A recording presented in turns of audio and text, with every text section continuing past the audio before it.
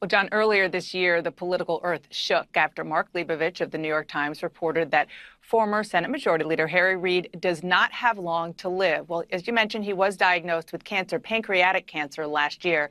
He is now in remission, and I went to see him in Nevada and found a very much alive Harry Reid. How are you feeling? You know, I feel very good. Your cancer is in remission? Yeah, I had pancreatic cancer, and it's in remission. Chemo's all gone many months ago. That was worse than the surgery. The chemo? Mm-hmm. So for people who are concerned about you, understandably so, your message is? I'm doing fine. I'm busy. I work quite hard.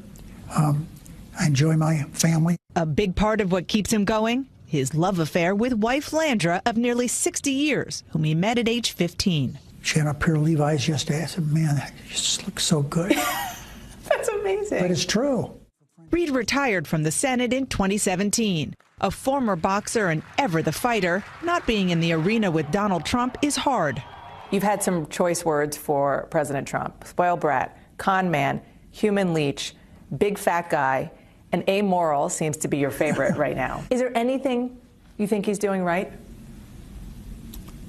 Is there anything that I think that President Trump is doing right? I just have trouble accepting him as a person.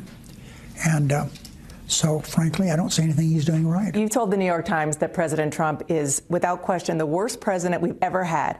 About a dozen years ago, I remember coming here to Nevada and you telling me almost the same thing about George W. Bush. President Bush is the worst president we've ever had. In hindsight, I wish every day for a George Bush again. I think that he and I had our differences, but no one ever questioned his patriotism. Our battles were strictly political battles. I just try to wrap my head around somebody who covered you and was with you real time all those years ago in the Bush administration when you were, his chief antagonist in the Senate, calling him a loser, calling him a liar. And now you're saying, please, I wish I had George W. Bush in the White House again? There's no question in my mind that George Bush would be Babe Ruth in this league that he's in with Donald Trump in the league. Donald Trump wouldn't make the team. Chemotherapy compromised several vertebrae. He can no longer walk unassisted. But Rye's sense of humor firmly intact, he was eager to stand and show us a 2010 letter from Donald Trump hanging in his Las Vegas office. Dear Harry, congratulations. You are amazing. With best wishes, Donald Trump. Well, that was in the days when he didn't know if he was a Democrat or Republican. President Trump has tweeted about Reid's 1993 speech opposing birthright citizenship. How about offering a reward for being an illegal immigrant? No sane country would do that. You've said those comments were a mistake. Yeah, they were a mistake. I had a staff member that I shouldn't have listened to as closely as I did. But that ended pretty quickly when my little Jewish wife, whose dad was born in Russia, reminded me, first time she heard about it. She said, "What are you doing? Don't you realize my father was born in Russia?" What do you make of the president using that tweet? I guess everything's fair. He found it and let him use it. What's your view on impeachment? Well, first of all, unless you get some Republicans joining, it's a waste of time. The Republicans in the Senate are so afraid of Trump that they're not going to get involved in this. Still, he says House Democrats should do what they think is right. You don't think there would be a political backlash against Democrats for doing that before an election? I don't think there would be a backlash because the vast majority of the people know something's wrong with Trump. That's his basis of advice for Democrats running for president. The candidates running need not talk about how bad President Trump is. They just need to talk about what's good for the country. Everyone knows. Even those people that support him knows what problems he has. Reid served with many of the would-be and declared Democratic candidates. Many call him for advice.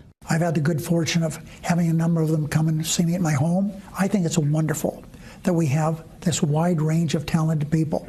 Joe Biden's been to my home, spent an hour and a half with me. I think so much of him. Should he run for president?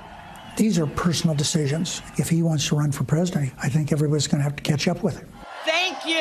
He likes Amy Klobuchar so much, in 2016, he recommended her for the Supreme Court. I thought she was perfect to go on the Supreme Court. This is if Hillary Clinton won. Yep, that's right. Any truth to the story that you had to pull Senator Klobuchar aside and say, go easy on your staff? You know, I don't know where stuff like that comes from. If I did that, I have, honestly, no memory of it.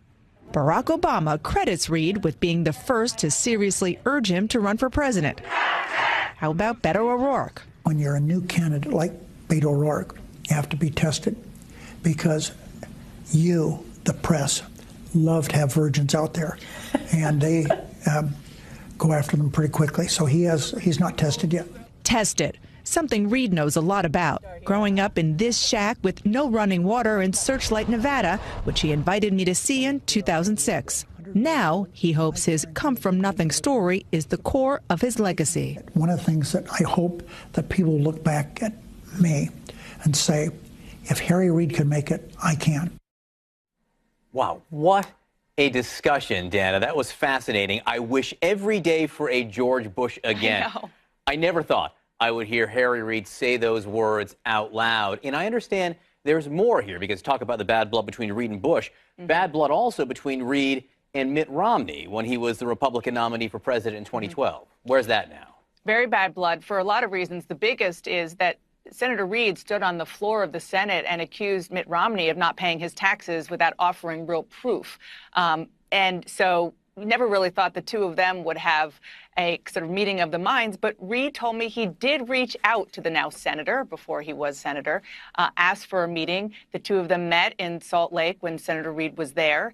And he said they made amends. I said, why do you do that? He said, you know, I saw that Abraham Lincoln used to do this, try to reach out and you know, cover up problems or put problems beside you after you have real big political fights. And he said, I wanted to do that with Mitt Romney.